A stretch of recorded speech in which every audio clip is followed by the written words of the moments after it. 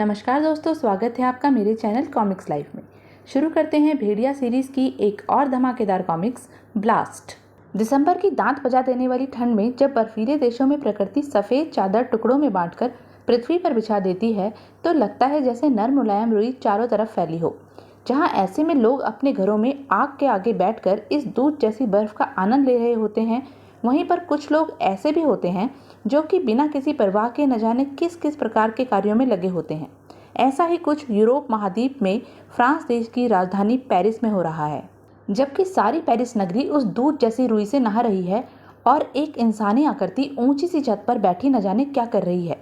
देखें, ओह, यह तो दूरबीन लेकर कुछ देख रही है। उसने सोचा, मैं ऐसा कितनी बार कर चुकी हूँ, लेकिन मुझे यह समझ में नहीं आता कि मैं ऐसा क्यों करती हूँ।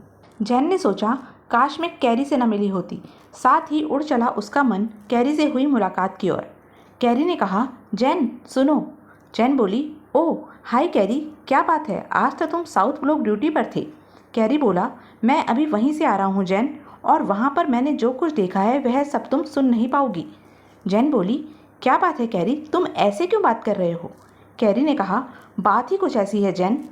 जैन ने पूछा, क्या। कैरी बोला, तुम्हारे पिता एक बहुत बड़े अंडरवर्ल्ड गिरोह के बॉस हैं। जैन ने कहा, व्हाट। कैरी बोला, यस जैन, मैंने अपनी आंखों से देखा है। तभी एक धमाके ने जैन की ख्यालों की दुनिया बिगाड़ दी। वह सोचने लगी, ओह मैं कहाँ खो गई थी। ये तो डैडी के कैबिन में किसी ने गोली मारी है। गोली शायद उस बड़ी सी वैगन से चली थी। उस पर कुछ लिखा भी है, भूरा बिल्ला शायद। हलचल मची थी उस इमारत में। जैन के डैडी रिचर्ड ने कहा, जल्दी से देखो मूर्खो, गोली जरूर भूरा बिल्ला के आदमियों ने चलाई होगी। एक बदमाश ने कहा, यस बॉस, वह भूरा बिल्ला की ही वैगन थी। रिचर्ड बोला, छोड़ूंगा नहीं मैं उसे, एक इंडियन होकर यूरोप में हमसे टक्कर लेता है। जैन भी चल दी अपनी राह और सोचने लगी, ये केस तो बिगड़ता जा रहा है, अपने जासूस के रूप में इसकी खोज करनी होगी। जल्द ही उस इमारत के पास कारों का काफिला लग गया और एक एक करके सारे वहां से खिसक लिए, लेकिन कुछ हाथ न लगा उनके। ये दो बड़े गैंगस्टर की लड़ाई थी, जिसमें एक इंडियन था, भूरा बिल्ला। फिल ने कहा, बॉस भूरा बिल्ला का क्या करें। रिचर्ड बोला, ढूंढो उसकी कोई कमजोरी। दूसरी तरफ भूरा बिल्ला ने कहा, क्या हुआ। फिलिप्स बोला, सॉरी बॉस, निशाना तो सही था, लेकिन गोली उसके आगे वाले को लगी।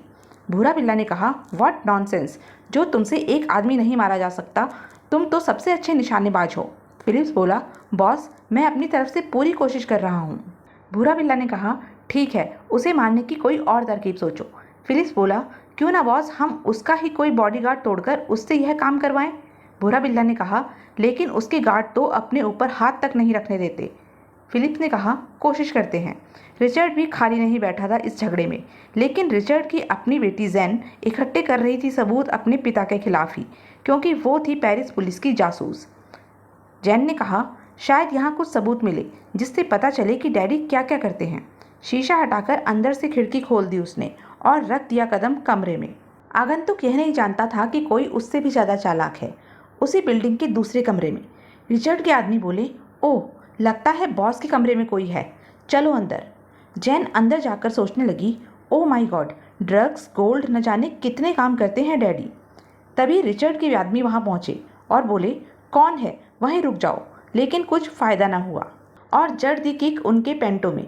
अभी समझे भी नहीं थे वो कि जल्द ही दोनों को बेहोश कर दिया जैन ने। फिर वह आगंतुक जहां से आया था वहीं से वापस चला गया। इस घटना का असर रिचर्ड पर उल्टा पड़ा। रिचर्ड ने कहा, जरूर यह भूरा बिल्ला का काम है, जल्दी उससे निपटने की कोई तरकीब सोचो, नहीं तो मैं तुम सबको मार दूंगा। पता नहीं यहाँ तक कैसे पहुँच गया वह। वो नहीं जानता था इस कार्य को अंजाम देने वाला उसका अपना खून है। रिचर्ड ने कहा, फिल देखो किसका फ़ोन है। कुछ समय पश्चात फिल ने कहा, बॉस गैरी का फ़ोन है। रिचर्ड बोला, सुनो क्या कहता है।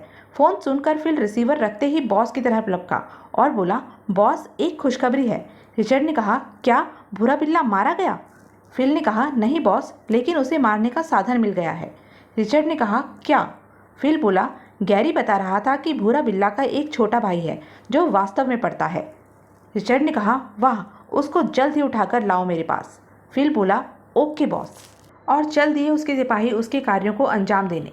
पेरिस की सड़कों को रौंदने लगी कारें और जा पहुंची बॉस्टन यूनिवर्सिटी, जहां था भूरा बिल्ला का छोटा भाई काला बच्चा। जल्द ही स्कूल से बच्चों की कारें निकलना शुरू हो गई, लेकिन वह सब तो ऐसे कार में बैठे थे जैसे अच्छी तरह से पहचानते हों उसको। अचानक एक मर्सिडीज बाहर आई और घूम गई सबकी गर्दनें उधर।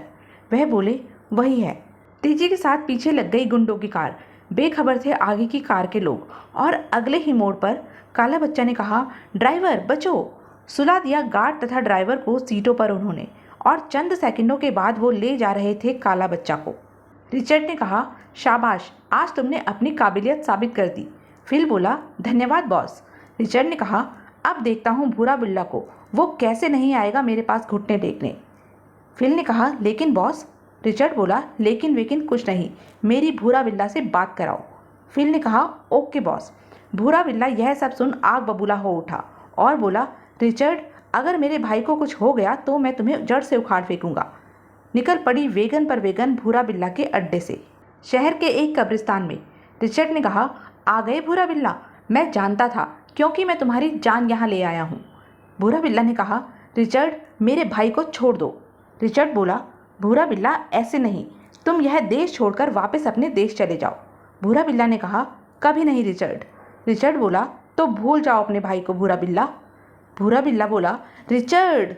रिचर्ड ने कहा, भूरा बिल्ला, कोई गलती मत कर बैठना, क्योंकि तुम्हारे भाई के चारों ओर मिनी डॉग मिसाइल फिट हैं जो कि तुम्हें और तुम्हारे भाई दोनों को खत्म कर देंगी। और हाँ, यदि अपने भाई को चाहते हो तो अकेले उन डॉग मिसाइल से अपने भाई को बचा कर ले जाओ। भूरा बिल्ला ने कहा, मैं वो भी करने को तैयार हूँ रिचर्ड। रिचर्ड ने कहा, लेकिन हाँ, यदि तुम्हारा कोई आदमी बीच में आया तो, और बाकी तो आज यहाँ पर तुम्हारी या तुम्हारे भाई की मौत तो निश्चित ही है। भूरा बिल्ला बोला, आज अपनी परवाह नहीं है मुझे। फिलिप्स ने कहा, बॉस, ये ले लो, डॉग मिसाइल के लिए काम आएगी। भूरा बिल्ला बोला, थैंक यू फिलिप्स। फिलिप्स ने कहा, कोई बात नहीं बॉस, मैं जानता था इसलिए ये साथ ले आया था। रिचर्ड बोला, फिलिप्स, तुमने मेरा साथ छोड़ दिया, कोई बात नहीं, लेकिन तुम्हारी मदद आज तुम्हारे नए बॉस को नहीं बचा पाएगी। मिनी डॉग मिसाइल क्षेत्र में घुसते ही फेंक दी एक फ्लाइंग डिस्क भूरा बिल्ला ने। अगले ही क्षण चीथड़े उड़ा दिए उसके मिसाइल ने। तो यह थी अब तक की कहानी। आगे की कहानी जानने के लिए बने रहें मेरे साथ, और हाँ, मेरे चैनल को लाइक, शेयर और सब्सक्राइब करना ना भूलें। धन्यवाद।